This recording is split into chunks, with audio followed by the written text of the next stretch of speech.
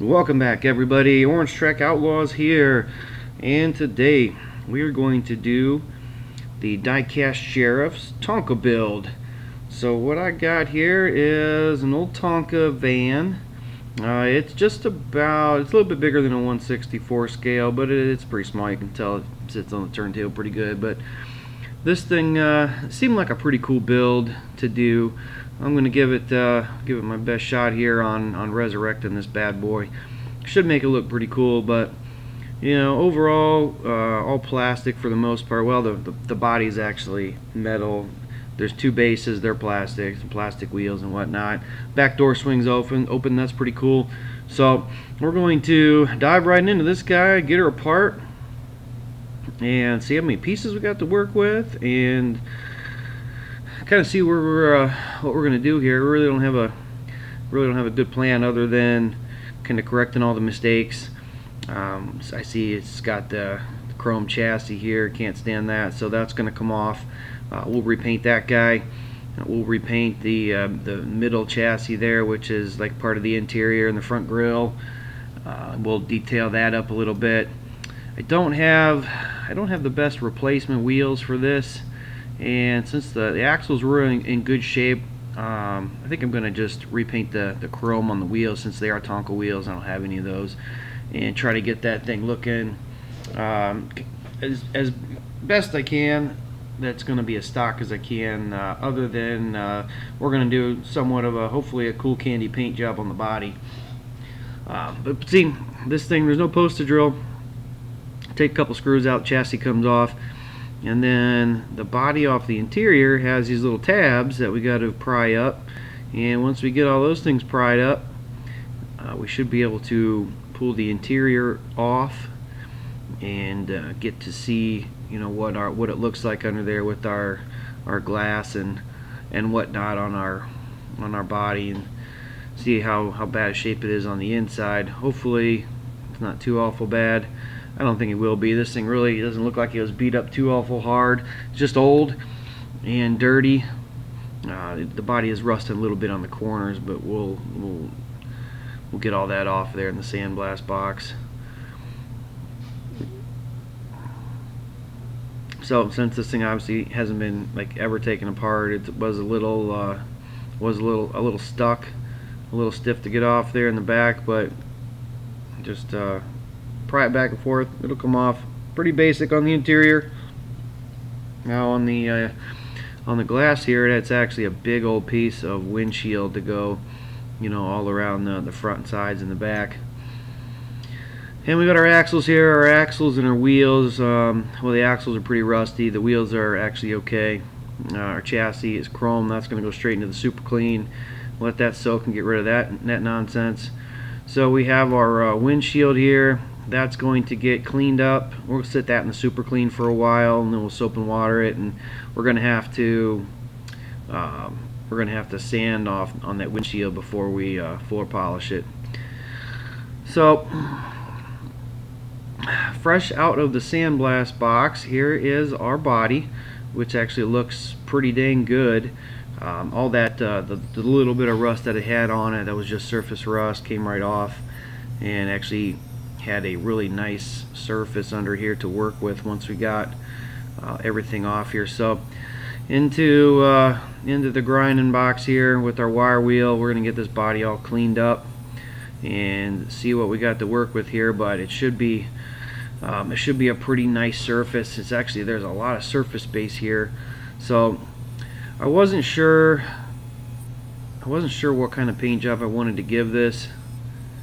I was going back and forth on a couple of ideas, and I didn't want to get too awful crazy. I did plan on it being just a restoration when I started off, but obviously I didn't have the tampos, the decals that went across the sides and the top. So I was thinking about just painting them on. Then I didn't think that really would have looked that good. So since I've been on this candy paint kick, I think that's what I'm going to do. I'm going to try some kind of a candy, like a candy fade with a couple colors, but I want to throw in a couple couple two-tones on each of the colors also. So we'll get to that here in a second. But here's a look at our body out of our grinding box here. It's actually pretty good. We'll get that thing cleaned up with some soap and water, get it cleaned off, and into the paint booth for him. First step here is get him primed up. So we're going to use our Rust-Oleum flat black primer. I've been loving this stuff lately. It goes on real nice, dries fairly quick. If there is any problems that this thing needs to cover, you need to put a couple coats on there. It does fill in nice, and excuse me, it looks pretty good. After it dries, you can really pick out any of the problems and you can focus on them. But the stuff's been working good. So we're gonna move on to priming our back door now. This thing's basically gonna get the same treatment as the body. Quick little prime here, and we'll be ready to move on with some more color schemes here. So you can see here we got our body in flat black. What we're going to do now is we're going to spray some Quicksilver Chrome from Createx on top of this. So to get the candy effect,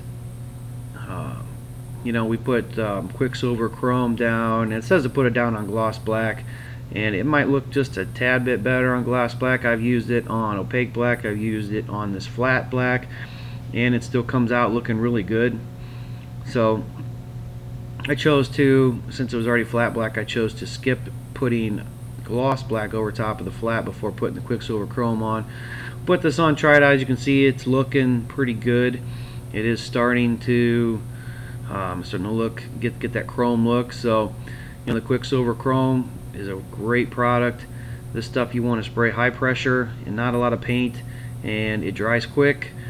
So we can keep kind of working around. You don't have to spray it heavy and make it wet and let it dry and come back to it. If you spray it nice and light, pretty much by the time you get to the other side, you should be good to go to continue on for another coat.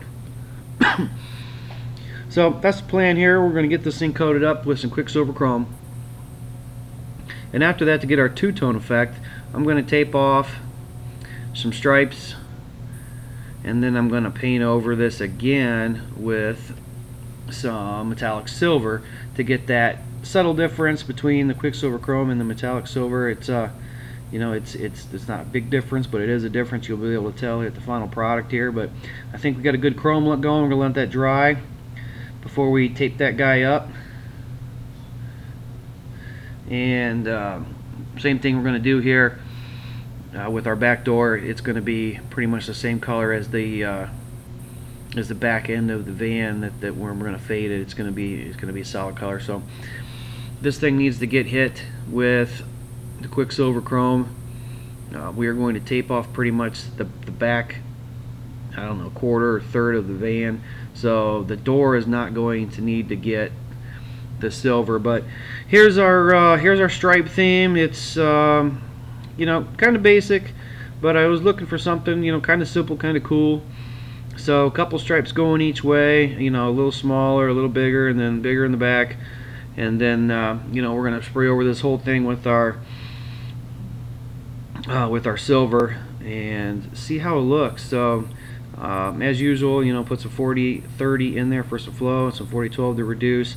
And I like to spray this guy, I think my gun set at about 50, and just coat this pretty well.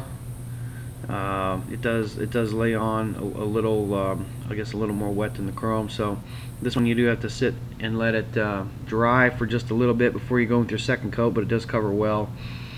So we're going to go in here with coat 2 and make sure we just get decent, full coverage everywhere.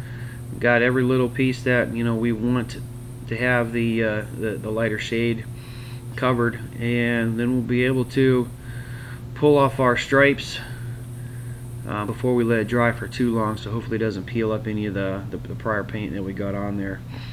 That's no fun. So you can take a look here. We got our stripes laid down, and it is kind of subtle here since it's silver on chrome. But we're going to start with our first color of fade, and this is going to be Tealicious, Candy 2.0 from Createx. It's 40-30 and a little bit of 40-12 there, and same thing here on the PSI. I think it's going to be about 50. And what we're going to do, we're going to start light, but I want the Teolicious to fade from the front to the back, and we're going to do it in somewhat of a diagonal fashion, kind of like the stripes. So that's the goal. So we're going to try and get you know, just a light coat on first, you know, give everything something good to stick to, and then the next couple coats we'll really start trying to work that fade in. So I want to get the front, you know, nice and pretty much nice and full in the front, and then we'll start you know, turning the car and spraying it at about 45-degree angle or so. More likely, you know, we'll have it shooting front to back, so it's heavier in the front and misty fading towards the back. So that's the plan, but I definitely want to get around all the you know, the fender wells and make sure all that's covering in there. So first coat down, it's not looking too bad. The fade is not exactly where I wanted it to be at, but that's okay. We'll get there on the next couple coats. So that was just round one, and anyway, in the middle it's gonna be just a little bit lighter anyway. So so I'm gonna start layering on the front a little heavier. We're gonna start working in that fade diagonally up the sides, and then on the top, you know, we'll shoot our 45 and kind of fade it just about back to our first line there. See, the idea here was to get it just a little over halfway of the fade, so then when I come in with the other color and we can fade over top of that color just a little bit, you know, going the other direction, and it should give us a nice transition. At least I'm hoping. So we're gonna go in here, coat 3, and we're gonna lay it on a little bit heavier here, definitely in the front and the sides, and work our way back. But I want to get you know, get some real good saturation in the front, and I'm kind of hoping this is going to be the last coat for this color, and then we're going to move into our second color of the fade here. So it's pretty well getting the color that I'm hoping for here, and I really can't wait to get some clear coat on here to check this thing out. I think it's going to turn out pretty cool, actually. So I think we're just about done here with this coat. Everything's looking pretty well. So we'll let that dry for a little bit, and time to move on here. So our second color is going to be ultraviolet. I know it's really not a good angle there in the light to see that, but ultraviolet candy. And same mix here, a little 40-30 and a little 40-12, and we're going to basically shoot this going the other direction. Now we want to get, you know, that heavy saturation in the back, get nice color built up, and work it forward. So that's pretty much the plan. On the rear, it's going to be basically straight on. I'm not going to need to worry about fading anything in the back. So straight on, full color in the back, and you see there, we're working the top and the sides on 45-ish angle, and you know, by the rear window I want it heavy, and by the couple stripes up front, we're going to fade that guy up into that other color just a little bit, and it should transition well, hoping. So there's coat 1 of the second color. Everything is looking pretty good. Everything's looking real good, actually. I'm liking it. We're going to do another coat here. I'm thinking we're going to do 3 coats is probably going to be pretty well good here. So second coat here, we're going to go on just a little heavier than the first, and then on the third coat we'll be able to really deepen up the rear sides and the back with that nice deep dark ultraviolet blue. And we'll also have to get in that back door here, and that thing will just be all ultraviolet blue to match the back. So pretty much working this thing on a 45 in a diagonal there to kind of get to kind of follow the stripe lines, and I don't want it to be exactly halfway, but probably just less than halfway. But I think the transition will hopefully will turn out well, and I think it will. I think it'll be all right. So this was actually my first Tonka build, and it was pretty fun actually. I might try to do a couple other things, as opposed to Hot Wheel builds, even though that is what I have the most of. I did when I was looking for these Tonka cars, I did get I think I got like 3 of them. The other 2 were trucks, and they were kind of boring, I thought, but I think I might be able to do something with them. This van, I thought, was the coolest of the 3, being that it was just a little bit different. It had the opening back door. Excuse me. I never really seen anything like it, so that's kind of why I went with the van. So hopefully you guys will like it. If you do, please hit that like button. I appreciate it. And while I'm finishing up painting my my rear door here, I want to thank you guys for tuning in to another one of my custom videos here. I appreciate you all watching. Thanks for all you subscribers. I appreciate it. If you're not a subscriber and you like what you see, please hit that subscribe button. So moving on here to our chassis. So we have got all that chrome paint stripped off with our super clean. Now we're gonna prime this bad boy, and we're gonna use our flat black primer. And since this is a rattle can primer, it shouldn't take but maybe 2 coats to really get this nice and covered up. But I don't want to get too crazy with this chassis. I think it's going to turn out pretty cool. So we did some detailing here while everything was drying. I went through and re-chromed everything on the Tonka wheels, and I cleaned all the rust off of the axles and polished all that up. So here's a look at our chassis that we were just priming up. I detailed the exhaust pipes on the side, and that was about it. That thing I thought was pretty good how it was. I did spray the interior and the fender wells here with some gloss black, and then I detailed the front and the back bumpers and the front grille with some chrome. And take a look at our windshield. This thing turned out great. I sanded this down with some 1500 and then some 2000 grit. Then I polished it up, and then into the floor polish for it. And you can take a look at our body here after I hit this with a lot of coats of clear coat. So that thing's gleaming and shining. I'm liking how everything's turning out here. So reassembly should be pretty basic and pretty straightforward. Like I said earlier, we had no posts to worry about, so we didn't have to drill those out, and we didn't have to use any self-tapping screws or any of that. All the parts were already there. So basically it's just fitting it all back together and popping it in, making sure it's all fits how it's supposed to, and screwing that bad boy back together. So I think it's turned out really well and it's looking really good now. So hopefully you guys do too.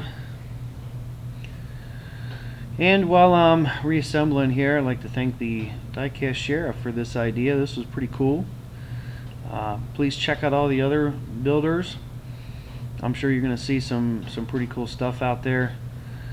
There's some great builders, and I'm pretty excited. I can't wait to see what everybody's got going on here. So as you can see, I am putting my interior back on here, and it turned out to be a little bit of a struggle getting that thing pushed back all into place.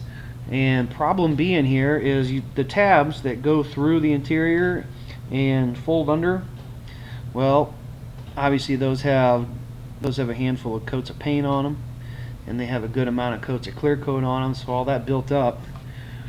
I really wasn't thinking about that when it come time for reassembly, but all that built up on there, really thickened them up. So I really kind of had to shove them on there, and it did kind of push a little bit of the paint off the tabs and kind of bunch it up on there. So I really wasn't expecting that, but ended up happening. But it did go back together, and everything fit okay. So right now we're just test fitting everything, making sure all the body lines lined up, everything's pushed on as far as it needs to be. And I don't remember exactly how it looked when I first started, but pretty much I got that thing back to about how it's supposed to go. And as you can see here, I'm putting my chassis on, And I forgot to fold my tabs on, and that is why the chassis isn't fitting on there quite right. So yeah, shame on me for skipping a step here and getting ahead of myself putting this thing back together. So I have to pinch these tabs back down, and that is going to pull a little bit of that paint off there, but that's okay. Obviously they won't be seen. So once I get all these tabs pushed down, that should help lock in that interior portion, and then I'll be able to put the chassis on, get this thing screwed back together, get it back on the turntable, and show you guys the final product. Once again, guys, if you like what you see, check out some of my other customs. I got some cool stuff going on. If you're into the racing thing, I got a lot of races going on. I got a lot more coming up. Always interested to find out what the fastest Hot Wheels are. So it's just like the never-ending mission. But check those out if you're into the racing thing. But anyway, back to our build here. We got all our tabs. We got tabs pressed down. So all we really got to do here is I got to figure out how to work the screwdriver and get these screws popped back in. And once I figure out how to work my screwdriver, we'll be well on our way. So it helps if you have the right bit. Alright, so just about done here, getting this bad boy screwed in. And I don't know, pretty you know, I obviously didn't change a lot, basically just a new paint job, but I think this thing turned out pretty dang awesome. It looks brand new. There was a couple I don't know, something got in the damn clear coat, it looks like there, but take a quick step back here, and this is what we started with, guys. This is our Tonka minivan. As you can see, it's pretty played with. It's worn. It's got some scratches and scrapes and some rust on it, but that's okay. It's old. What we're going to do to this guy is revamp it, restore it, and make it look brand new. So here is what we finished with. So basically, top to bottom restore here. New paint on the chassis, new paint on the interior with chrome details, bumpers, front back bumpers, and the grill. The body got a fresh paint job, stripped down, cleaned up, new candy paint, and nice clear coat put on there.